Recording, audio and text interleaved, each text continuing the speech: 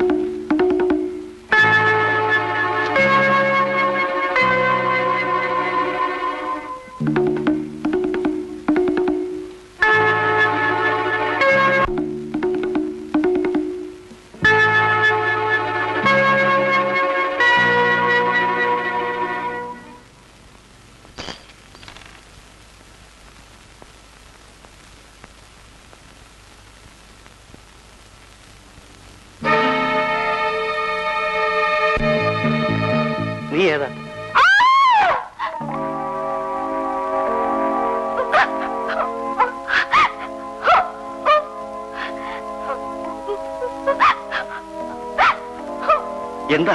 എന്ത് പറ്റി?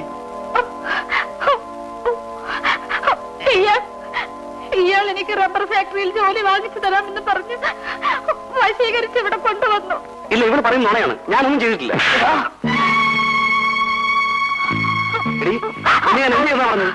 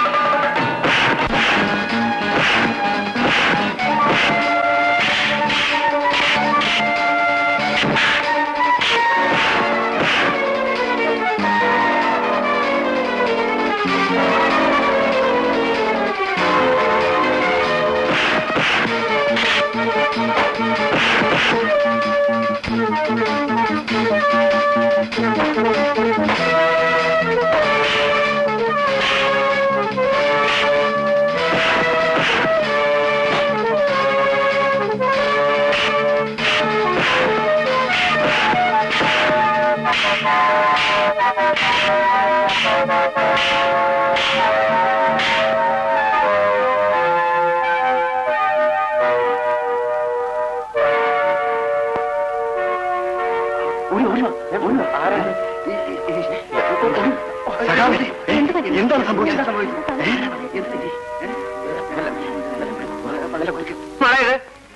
ഇതൊരു കുട്ടികളിൽ നിന്നാണോ എന്റെ വിചാരം? അമ്മ, ഞാൻ പറയുന്നൊന്ന് വിശ്വസിക്കൂ. നോ നോ നോ നോ, പാവപ്പെട്ട പെൺകുട്ടികൾക്ക് ജോലി വാങ്ങിച്ചു കൊടുക്കാന്ന് പറഞ്ഞ് അമ്മയെങ്കിലും എന്നെ ഒന്ന് വിശ്വസിക്കൂ. ആ പെണ്ണ് ഇങ്ങോട്ട് കയറി വന്നതാണ്. ഒരു പെണ്ണ് ഇങ്ങോട്ട് കയറി വന്നു? ഞാൻ അഭിമാനമുള്ള ഒരു തൊഴിലാളി പ്രവർത്തകനാണ്. മുതലാളിമാർ കാണിക്കുന്ന ആഭാസത്തരങ്ങളുടെ 1000-ൽ 1 അംശം കാണിച്ച ചരിത്രം തൊഴിലാളി വർഗത്തിന് പരിചയമില്ല.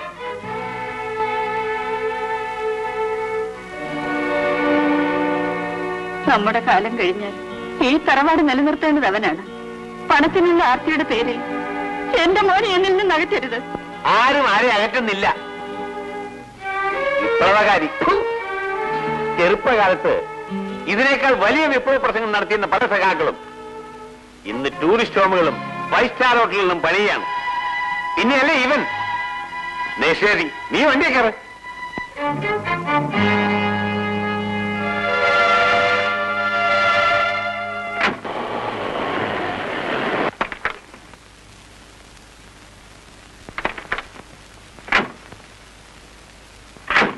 തീരുമാനിച്ചോ? ജയരാജനെ പാർട്ടിയിൽ നിന്ന് പുറത്താക്കുന്നത് അത്ര എളുപ്പമുള്ള കാര്യമല്ല. കുറച്ച് മാങ്ങാ ചമ്പത്തി തരുന്നു. മാങ്ങയും തേങ്ങയും. ഇതിനേക്കാൾ നല്ലൊരു അവസരം ഇനി ഉണ്ടാകാൻ പോകുന്നില്ല. ആ പെണ്ണെ മാനഭംഗപ്പെടുത്താൻ ശ്രമിച്ചതിന്റെ പേരിൽ അവനെ പാർട്ടിയിൽ നിന്ന് പുറത്താക്കിയാൽ പാർട്ടിക്കാർ അംഗീകരിക്കലേ ഉള്ളൂ. ഒരു തല്ല് നടന്നു എന്നുള്ളതല്ലാതെ ആ പെണ്ണവിടെ വന്ന കാര്യങ്ങളൊന്നും ആളുകൾ അറിഞ്ഞിട്ടില്ല. അറിഞ്ഞിട്ടില്ലേ? എങ്ങനെ അറിയാനാ? തമ്പിലുള്ള ആൾക്കാരെ ജയനും തൊഴിലാളികളും ചേർന്ന് ഇടിച്ച് ചമ്മന്തി ആക്കുന്നത് കണ്ടപ്പോ പെണ്ണും പെടക്കോഴിയും എല്ലാം ഓടടാ ഓട്ടം. വിഷമിക്കാനൊന്നുമില്ല. ഈ ലോകത്ത് ജീവിക്കാനുള്ള അടവുകളും അഭ്യാസങ്ങളും അറിഞ്ഞുകൂടാത്തോണ്ടാണ് അങ്ങോട്ട് എതിർക്കുന്നത്. But is A nice boy. So bloody what?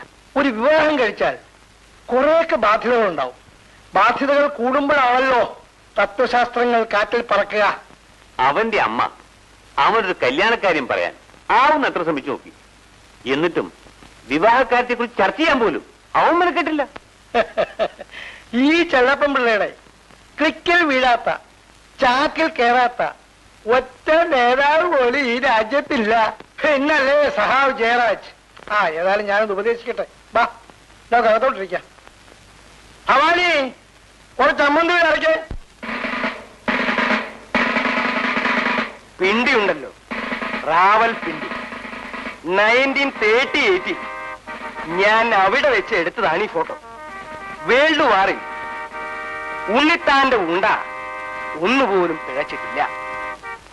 Unnithan rifle എടുത്താൽ എതിർ സൈന്യത്തിന്റെ ബറ്റാലിയൻ വാഷ് ഔട്ട് ആകുമെന്ന് കമാൻഡന്റ് ഗ്ലെനിറ്റൻ സാഹിബ് എന്നോട് പറഞ്ഞു. അല്ല, അതൊക്കെ അന്നത്തെ ഒരു കാലം. ദാസ്പൂരിൽ 48 ക്യാമ്പായിരുന്ന സമയം. എന്നാ ഞങ്ങൾ അറിഞ്ഞട്ടെ. ഓ ശരി.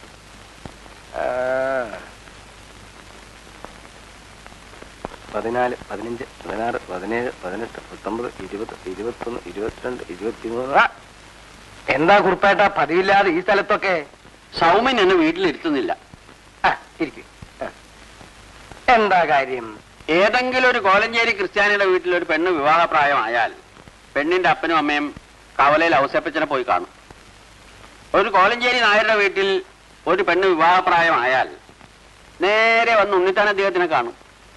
അതല്ലേ നാട്ടു നടപ്പ്. പൂർണിമ കുട്ടിക്ക് അതിനിപ്പോ കല്യാണപ്രായമൊന്നും ആയില്ലല്ലോ.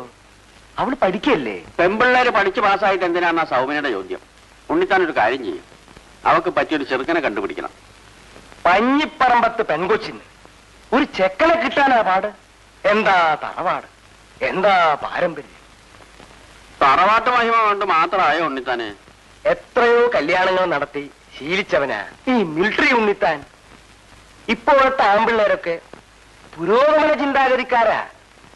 പണവും സ്ത്രീധനവും നോക്കുന്നവരൊക്കെ വെറും കൺട്രികളായിരിക്കും. അണ്ടിയോട് അടുക്കുമ്പോ മാത്രമേ പൊളിപ്പ് മനസ്സിലാവൂ. കുറുപ്പേട്ടനൊന്നും മിണ്ടാതിരിക്കും. ഒറ്റ ആഴ്ചക്കകം ഈ മിലിറ്ററി ഉണ്ണിത്താൻ പിഡിഗ്രി കാർഡുള്ള ഒരു ചെക്കന്റെ തലക്കുറിയും കൊണ്ട് അങ്ങോട്ട് വന്നേക്കാം. എന്താ ഫൗസിയ ഒരു ക്ഷീണം പോലെ? ഫൗസിയ ബീഗത്തിന് നിന്റെ ഇക്കാള് മോശമല്ലല്ലോ. ശരി, പിന്നെ കാണാം. അതാ കുട്ടപ്പൻ വരുന്നുണ്ട്, സുന്ദര കുട്ടപ്പൻ. അവൻ ആള് മഹാപശക. ഇവിടുത്തെ എല്ലാ ന്യൂസും മെൻസ് ഹോസ്റ്റലിൽ എത്തിക്കുന്ന അവനാ. കുട്ടപ്പൻ നാളെ സുന്ദരനായിരിക്കുന്നല്ലോ. 1-2 കൂടിയുടെ കിളിച്ചിട്ടുണ്ട്. ആഹാ, അങ്ങനെ കളിയാക്കരുത്. കുട്ടപ്പനോട് വരുമ്പോഴേ എന്തോരം മുടി ഉണ്ടായിരുന്നു അറിയാവൂ. എന്നിട്ട് ഇപ്പോഴെന്താ ഇങ്ങനെ? 10-12 വർഷമായിട്ട് പലതരത്തിലുള്ള പെമ്പിള്ളാർ ഇങ്ങനെ കണ്ടു വർഷം തോറും കുറേശ്ശെ മുടി ഇങ്ങനെ കുറഞ്ഞോണ്ടിരിക്കുകയല്ലേ. എല്ലാരും ഒന്ന് ചിരിച്ചേ. കുട്ടപ്പഞ്ചേട്ടന്റെ ഒരു വിറ്റ്. ഒരു കത്തുണ്ട്. വാങ്ങിച്ചോടി റീത്തെ, നീയല്ലേ ഈ കോളേജിലെ റൊമാൻറ്റിക് ഹീറോയിൻ? പക്ഷെ ഇത് നമ്മുടെ റീത്ത കുട്ടിക്കല്ല. പിന്നെ നമ്മുടെ പുതിയ കൊച്ചിന്. Miss Poornima Kurup, first BDC D batch, Saint Peter's college, Kolenchery. എനിക്കോ? ഇതല്ലാണ്ട് ആർക്കാ? സുന്ദരി കൊച്ചല്ലേ, ഇനി എത്ര എണ്ണം വരാനിരിക്കുന്നു. എന്നാ പിടി.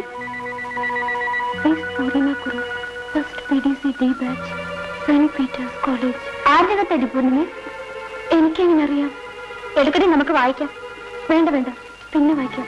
എന്താടി രഹസ്യമായിട്ട് വെക്കുന്നത്? അല്ല പ്രേമലേഖന മറ്റാണോ? അല്ല, പ്രേമലേഖനാണെങ്കിൽ നമുക്ക് ഒരുമിച്ചിരുന്ന് വായിക്കാം. അതാ ഇവിടുത്തെ രീതി. ആരാ എനിക്ക് ലവ് ലെറ്റർ അയക്കാൻ?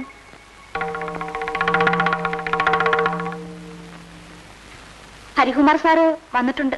ക്ലാസ്സില്ലാന്ന് വിചാരിച്ചിരുന്ന് സുഖിക്കണ്ട. വാ വാ.